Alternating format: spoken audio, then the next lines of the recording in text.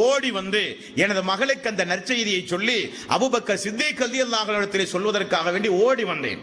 ஓடி வருகிற வேகத்தை அபூபக்கர் சித்திக் அவர்கள் பார்த்து விட்டார்கள். பார்த்து கத்தாபின் மகன் உமர் அவர்களே வாருங்கள் என்றார்.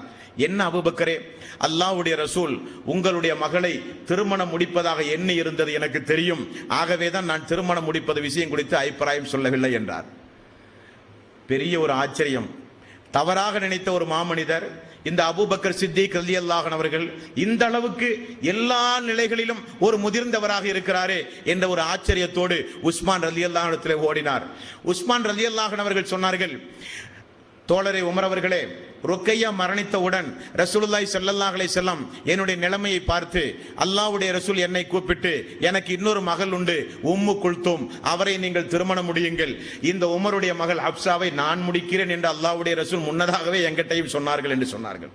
அல்லாஹ்வுடைய சஹாபாக்கள், அல்லாஹ்வுடைய தூதர் உருவாக்கிய அந்த சஹாபாக்கள், அவர்களுடைய எண்ணம், அவர்களுடைய குடும்ப பாரம்பரியம், அவர்கள் ஒருவருக்கொருவர் இருக்கிற பாசம், அவர்களுக்கு இருக்கிற பற்று எல்லாம் பாருங்கள் அன்பான சகோதரர்களே. ஹுதைபியா உடன்படிக்கை வரலாற்றில் ஒரு முத்தாய்ப்பான உடன்படிக்கை, ஒரு சம்பவம். ரசூலுல்லாஹி ஸல்லல்லாஹு அலைஹி வஸல்லம் எல்லோரையும் உம்ராவுக்கு வாருங்கள் என்று புறப்பட்டு துல்ஹுலைபா வந்து இஹ்ராம் கட்டி அதற்குரிய குர்பான் பிராணியோடு ரசூலுல்லாஹி ஸல்லல்லாஹு அலைஹி வஸல்லம் கஅபாவுக்கு புறப்படும் பொழுது உமர் ரலியல்லாஹு அன்ஹு அவர்கள் வந்து சொன்னார்கள், யா ரசூலல்லாஹ், போறது உம்ராவாக இருந்தாலும் போறது நற்கர்மங்களாக இருந்தாலும் ஆயுதங்களை கையில் வைத்துக் கொள்வதில் எந்த தவறும் இல்லையே, ஒரு முன்னேற்பாடோடு போவது எந்த தவறும் இல்லையே, திடீரென தாக்கினால் நம்முடைய நிலைமை என்னாவது? உடனே ரசூலுல்லாஹி ஸல்லல்லாஹு அலைஹி வஸல்லம் உமர் அவருடைய ஆலோசனைப்படி எல்லோரும் ஆயுதம் தாங்கி வாருங்கள் என்று சொல்ல ஆயுதத்தோடு புறப்பட்டார்கள். சாதாரணமாக செல்கிற வழியை தாண்டி வேறு வழியில் அல்லாஹ்வுடைய ரசூல் புறப்பட்டு போனார்கள். ஹுதைபியா இடம் வந்தவுடன் மக்கத்து குறைஷிகள் எல்லாம் ரசூல் ஸல்லல்லாஹு அலைஹி வஸல்லம் அவர்களை தடுத்து விடுகிறார்கள். அது ஒரு நீண்ட ஒரு சம்பவம். இங்கே உமர் ரலியல்லாஹு அன்ஹுடைய வாழ்க்கையிலே உள்ள பாடத்தை, படிப்பினையை நாம் இந்த இடத்தில் கவனிக்க வேண்டும். ஹுதைபியா என்று சொல்லப்படுகிற அந்த இடத்தில் ரசூலுல்லாஹி ஸல்லல்லாஹு அலைஹி வஸல்லம் அவர்களும் சஹாபாக்களும் இருந்து கொண்டிருக்கிற பொழுது குறைஷிகள் எல்லாம் சேர்ந்து ஒரு சதித்திட்டம் தீட்டுகிறார்கள். அந்த நேரத்தில் ரசூலுல்லாஹி ஸல்லல்லாஹு அலைஹி வஸல்லம் உஸ்மான் ரலியல்லாஹு அன்ஹு அவர்களை அனுப்புகிறார்கள்.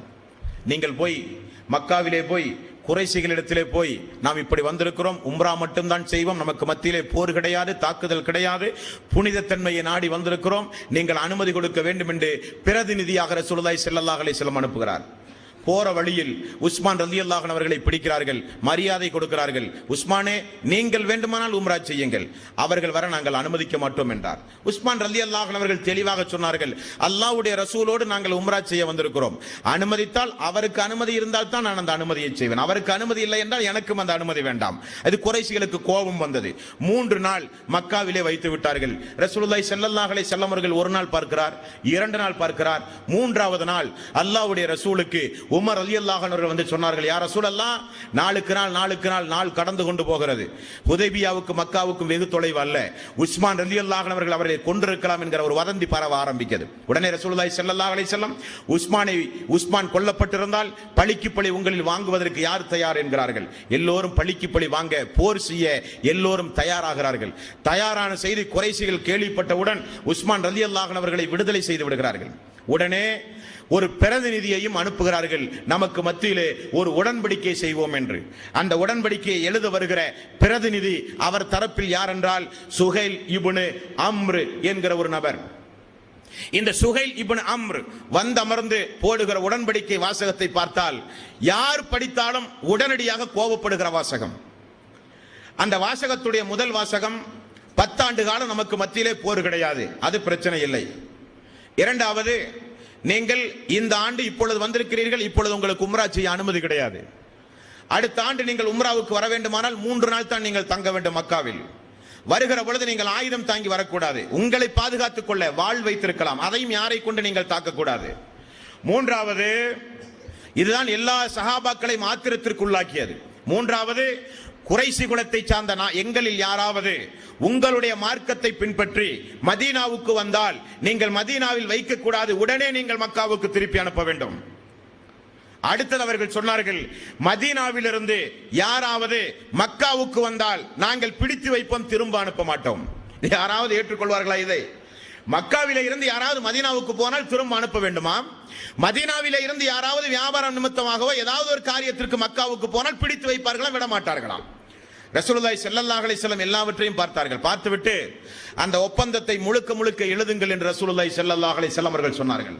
உமர் ரலியல்லாஹு அன்ஹு அவர்கள், யா ரசூலல்லாஹ், என்ன ஒப்பந்தம் இது? நீங்கள் அல்லாஹ்வுடைய ரசூல், உண்மையான அல்லாஹ்வுடைய ரசூல் தானே? ஆமாம். இறங்கப்பட்ட வேதம் அல்லாஹ்வுடைய வேதம் தானே? ஆமாம். ஏன் இறை நிராகரிப்பாளர்களுக்கு நாம் பணிந்து போக வேண்டும்? இது என்ன ஒப்பந்தம் யா ரசூலல்லாஹ் என்றார்கள். அபூபக்கர் சித்திக் அவர்கள், அமைதியாக இருங்கள், அமைதியாக இருங்கள் என்றார்கள். இது ஒப்பந்தம் எழுத போகிறது. ஒப்பந்தம் எழுதும் பொழுது ரசூலுல்லாஹி ஸல்லல்லாஹு அலைஹி வஸல்லம் அலி அவர்களை அழைத்து எழுதச் சொல்கிறார்.